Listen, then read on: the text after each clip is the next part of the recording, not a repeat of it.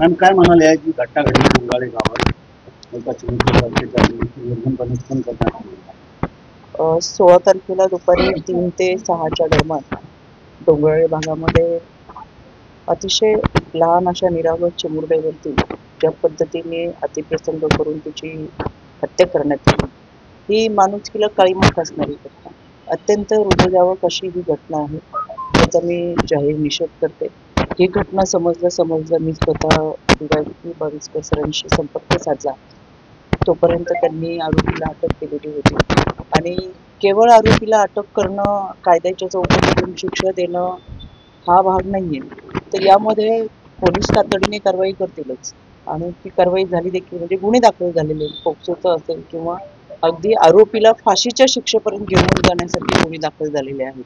राज्य महिला आयोगाच्या वतीनं या आरोपीला फाशीची शिक्षा व्हावी, याच्याशिवाय दुसरी शिक्षा नाही, असं सुद्धा पत्रव्यवहार आम्ही केलेला आहे.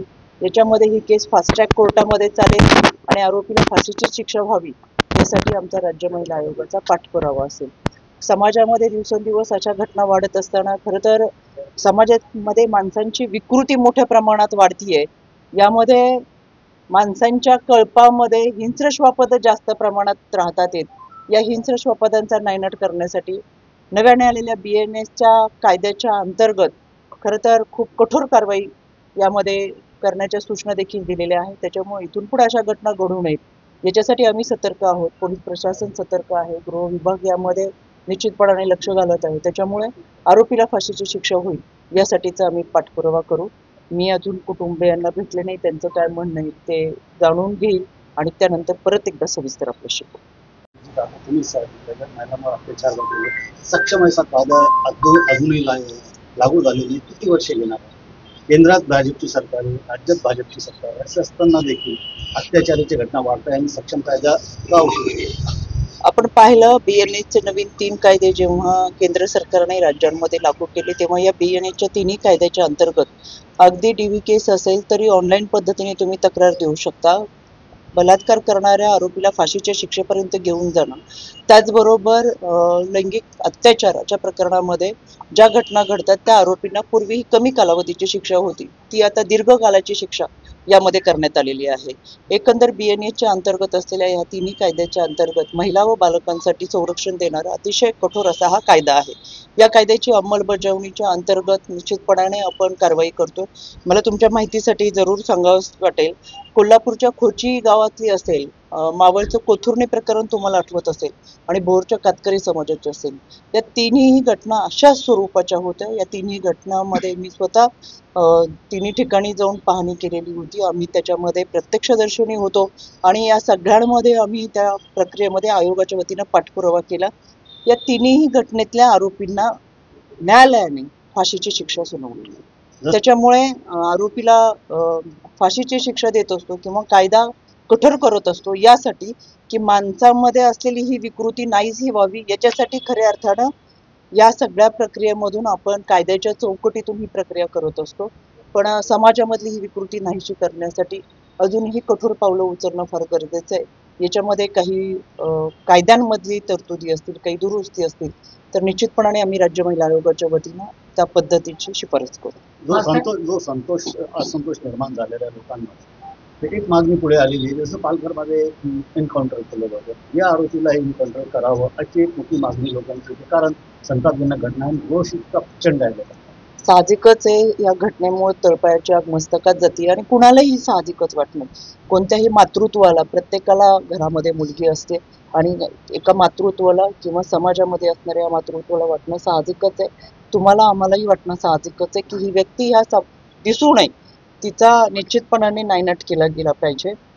आम्हालाही वाटतं की त्याला फाशीची शिक्षा दिली तर क्षणात माणूस संपतो, पण ज्या मुलीला वेदना झाल्या त्या वेदना त्या विकृत माणसाला झाल्या पाहिजेत. वेदना काय असतात ह्या समजल्या पाहिजेत. पण शेवटी आपण सगळेजण भारतरत्न डॉक्टर बाबासाहेब आंबेडकरांचे संविधान घटना घेऊन काम करणारे लोक आहोत. त्याच्यामुळे कायद्याच्या चौकटीतून ही प्रक्रिया निश्चितपणाने पूर्ण करण्यासाठी आम्ही कटिबद्ध राहू. आरोपीला फाशीची शिक्षा देणं आणि तिथपर्यंत घेऊन जाणं ही आमची जबाबदारी आहे, ती आम्ही निश्चितपणाने करतो. फास्टिक कोर्टामध्ये सोबत इतर प्रकरण करतात, त्याच्यामुळे बरेचसे महिलांच्या अत्याचाराचं प्रकरण आज पेंडिंग आहे. त्याच्यावर महिला आयोग काही आहे का? आपण आता बऱ्याचशा कायद्यांमध्ये ज्या केसेस फास्ट ट्रॅक कोर्टामध्ये आहेत तर त्याच्यामध्ये निश्चितपणाने आपण वन स्टॉप सेंटर आणि भरोसा सेल ही जी निर्मिती केलेली आहे खास त्याच्यासाठीच आहे. जेव्हा भरोसा सेलकडून त्या केसेस सॉल्व्ह होत नाही, मुख्य प्रवाह आमचा हा आहे की भरोसा सेलच्या माध्यमातून कौटुंबिक हिंसाचाराच्या केसेस ह्या जागच्या जागी मिटावेत. मग ते कोर्टापर्यंत न जाता किंवा पोलीस स्टेशनमध्ये गुन्हा दाखल न होता त्यांच्यामध्ये समझोता व्हावा आणि ते कुटुंब यावं, एकत्र यावं. त्याचबरोबर वन स्टॉप सेंटरसाठी ही त्या पद्धतीची प्रक्रिया आपण करतोय. मोठ्या प्रमाणातल्या वन स्टॉप सेंटरला परवानगी देऊन खऱ्या अर्थानं समुपदेशन केंद्राच्या माध्यमातून ते मिटवण्याचा प्रयत्न आपल्या माध्यमातून केला जातो. याच्यामध्ये कोर्टात किंवा पोलीस स्टेशनला केसेस गेल्यानंतर अनेक वर्षानुवर्ष त्यांना न्यायालयीन प्रक्रिया पूर्ण करण्यामध्ये वेळ जातो, कालावधी जातो. यामध्ये घरामध्ये लहान मुलं असतात त्यांच्याही आयुष्याचं नुकसान होतं. हे न होता त्यांना चांगल्या पद्धतीचं जर काउन्सिलिंग दिलं तर त्यामधून मार्ग निघू शकतात. आणि मला तुम्हाला सांगायला समाधान वाटेल, 70 ते 75% केसेस आम्ही या काउन्सिलिंग वन स्टॉप सेंटर भरोसा सेलच्या माध्यमातून मिटवलेल्या आहेत.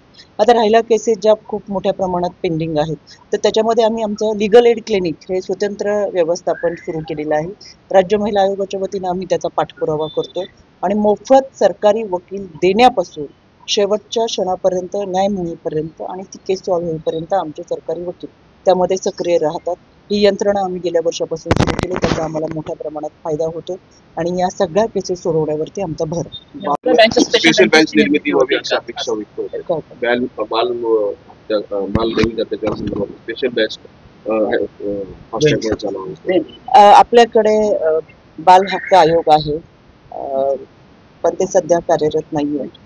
बाल हक्क आयोग हे त्याच्यासाठीच आहे, पण त्याच्यासाठी सुद्धा आम्ही सरकारला निश्चितपणाने पत्र पाठवू की लवकरात लवकर त्यांनी बाल हक्क आयोगाचे त्यांचे अध्यक्ष असतील, सदस्य असतील, त्यांच्या नेमणुका कराव्या. सध्या त्यांचा विभाग हा काम पाहतोय, पण ती कुठेतरी मनुष्यबळ आणि यंत्रणा कमी पडतीये. त्यांनी चांगल्या पद्धतीने ऍक्टिव्ह असणं फार गरजेचं आहे असं मला वाटतं. त्याच्यामुळे ही काळाची गरज आहे. आयोग असूनही तो जर कार्यरत नसेल तर निश्चितपणाने त्याची कुठेतरी दखल घेतली गेली पाहिजे. आम्ही आमच्या वतीने सरकारला शिफारस